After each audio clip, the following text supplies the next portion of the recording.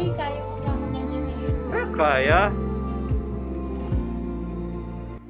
Giselle, 12 years, 5 months, and 3 days ago, back in 2011, grabe, napaniwala ako na pwede palang mag-slow-mo ang mundo na tulad ng napapanood natin sa pelikula. Bumukas sa mga pinto ng ballroom kung saan ka nag-debut, tumugtog ang Just the Way You Are ni Bruno Mars, and there you are, the most beautiful girl I've seen, smiling.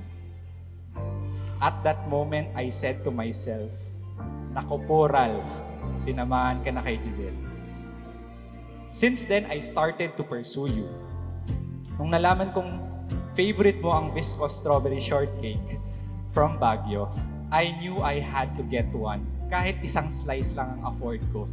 And I need to protect it with my life for that 6-hour bus ride to Manila. Nung nalaman kong you like watching plays, I snuck a ticket in your Lobok so we can have a Valentine's date. Bumili rin ako ng 1 whole strawberry cake so we can eat it during the intermission. Although, unlike sa pelikula, hindi tayo nagkaroon ng happy ending back then. May iba ka na palang gusto.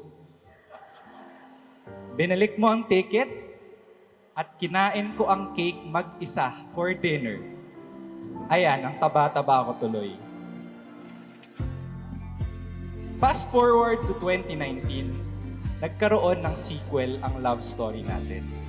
Nakapag-usap tayo during your birthday, and finally, after 6 years, we had that long overdue Valentine's date and watched a concert together.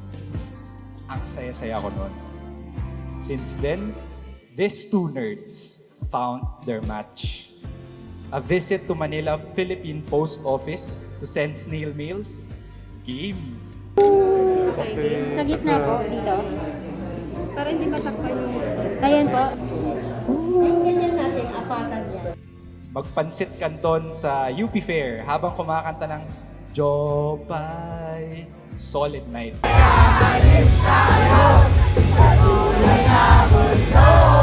Mawala sa Waze and just have the best conversation about anything. Best date ever. Who's Bakit? the driver now? Now. The best. Oh, babangga tayo! Oh! Ralph, much has already been said about how our love story started. Kasi kwento mo na nga ngayon. At this point, almost everyone knows how you had to eat that heart-shaped cake you bought by yourself when I rejected you so close to Valentine's Day 10 years ago. But one detail I have not told anyone, not even you, is that when we parted ways in that 4th floor corridor, I uttered a short prayer. I said, "Lord, please guide Ralph to the one you have planned for him." It was a well-meaning prayer because I hoped that my rejection would be a redirection for you and would push you closer to the person you were really meant to be with. Well, God must have been laughing at me then, because what I didn't know was that I was also indirectly praying for myself. It took some time before God allowed our paths to cross again, but in the end, He did allow it. And what I thought was forever lost as a result of my own doing was fully restored by His grace. I started praying for a partner in earnest as part of my Simbang Gabi intentions in 2018. So, when you greeted me on my birthday barely a month later, after years of zero communication, I immediately thought, "Wow, Lord, ask and you shall receive talaga." And Ralph, I want you to know that I really did receive, because in many ways, you are the man of my prayers. You are trying your best to grow in the faith, and you are becoming more and more God-fearing each day. You are family-oriented, and I admire how you love your family. You are faithful, and not once did you make me feel insecure in our relationship. You are driven and confident, but always humble, and you inspire me to be the same. to go for things without fearing failure, to reach out to people without fearing rejection, and to always have faith in myself. And lastly, you understand, accept, and respect me. My passions, Masasabi mo, babe, sa Fatima. ang happy ko. Oh, ang amazing nito. May picture na ano. Wow, amazing. I hate you. My quirks, BM rules. even my crazy work schedules, and you love me just the same.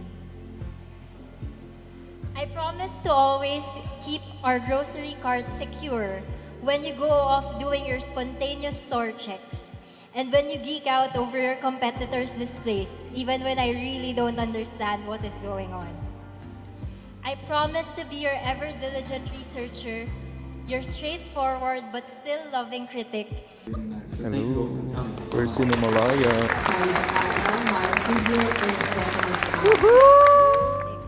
and your co-producer slash business partner in whatever new film or venture it is that you want to create.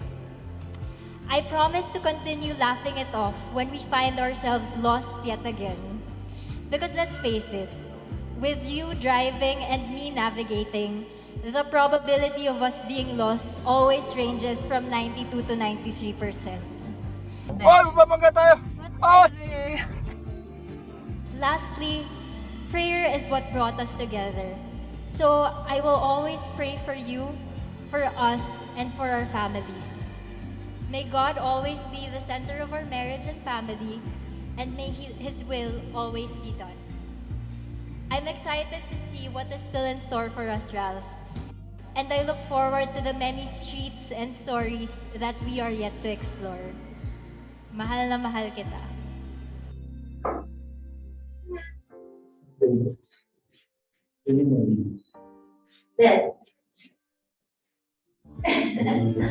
Uy, kaya mo ba ako ganyan? Kaya.